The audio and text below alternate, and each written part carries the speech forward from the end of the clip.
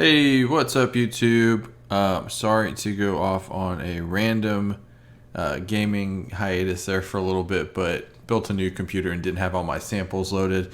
But Alan H reached out to me, and I wanted to see if I could put something together for him. He had a couple questions about how I start a beat. So whenever it's something to do, like from my perspective, how I kind of construct it and how I put it together after that. And then he was also wondering if I could like go over some stuff on like beats.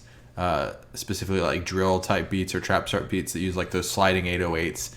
So the only thing that I've loaded in so far is Spatial Closure Kit. So using this kit for a couple different reasons. One of the main ones is it does kind of have that gritty kind of almost industrial kind of feel to it, and a little bit of like reverb and stuff already established into it.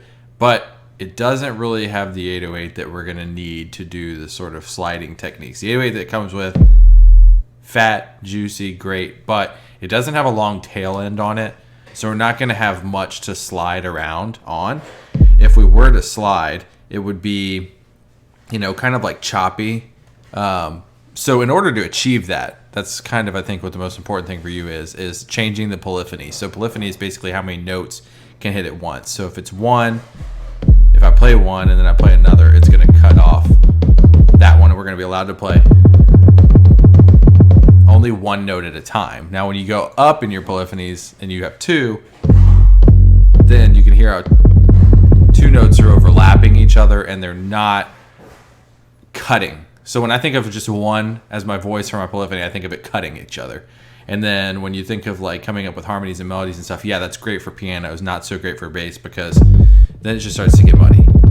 And of course, as we go up higher, then we're just going to notice more notes are able to be hit together. So here's one, all four of those, and we just have this chaos. So the way that you're going to achieve the slide is go in the opposite direction, go straight down to legato. And what legato is going to do is it's going to make it same thing. It's going to cut when you come in with the second note, but not that hard cut that you're going to get from just having one as your voice. So it'd be like this. So you can already hear the kind of slide is starting to take place. And then to make it a little more dramatic, you would just change the speed of your glide. So if we cut that up to, 5/10ths of a, or sorry, not tenths, 5/100ths of a second, now we get a little slower of a slide there.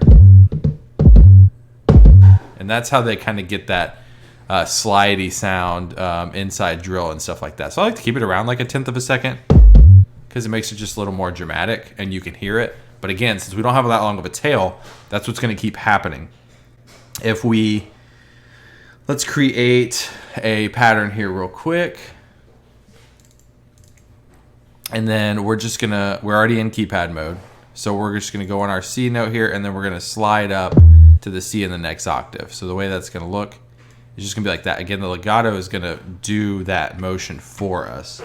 And if we just kind of, copy this and paste it, that way we can keep, kind of messing around with it. Then we can hear, then we can hear kind of what that's going to sound like on each one. And then you'll understand why I'm saying this tail is too short. So let's actually do it like this. Because it looks a little longer, which is good. This will give us a little more of an idea on what it's going to sound like. And of course, this, I don't really recommend just like cutting and dropping like this. I recommend playing it on the machine to kind of get a feel and a groove going. Then you'll, again, when you go back to that question of what's my perspective, what's my kind of setup, how I create a beat, a lot of time it's just grooving. It's kind of like if you've ever played like a real instrument. I played guitar for 17 years now. When I would play guitar with my drummer or with my bass player, we'd just sit and just jam and then like wait until something sounded good, and then we'd hit the record button. So that's kind of the process that we're going to take here. But so you can hear how that's sliding in. Now, if I take out this middle one, we're going to hear how short that note really is. Even if I lengthen it, we're not going to notice much of a difference. They're the same. And that's ultimately because the sample. So the point of that whole long-winded conversation is we need to get a different 808 in here. Now here that already is just so much longer as opposed to that's short. Then that's nice and long.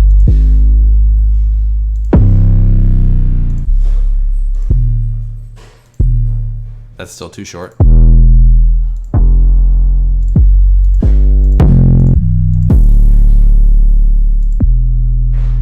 Something like that would probably work. Get a nice long tail on it. And then same thing, if we go ahead and we drop it in to that same position we're already in, then when we're mashing a beat, we already have that sample loaded in, and of course legato is already in place, so when we start to mess around with slides, it's already queued up for us to where that slide is already taking place. Now the way that they kind of get that really dramatic thing, it's not going to be skipping, from your root C up one octave. It's probably going to skip multiple octaves. So what I mean by that, instead of just jumping right up here to your next C, let's go up to the next C after that and just kind of mess around.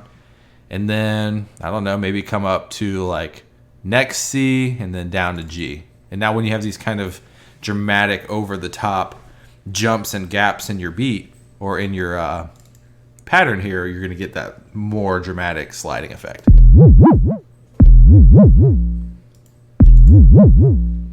So that's how we're going to get the slide.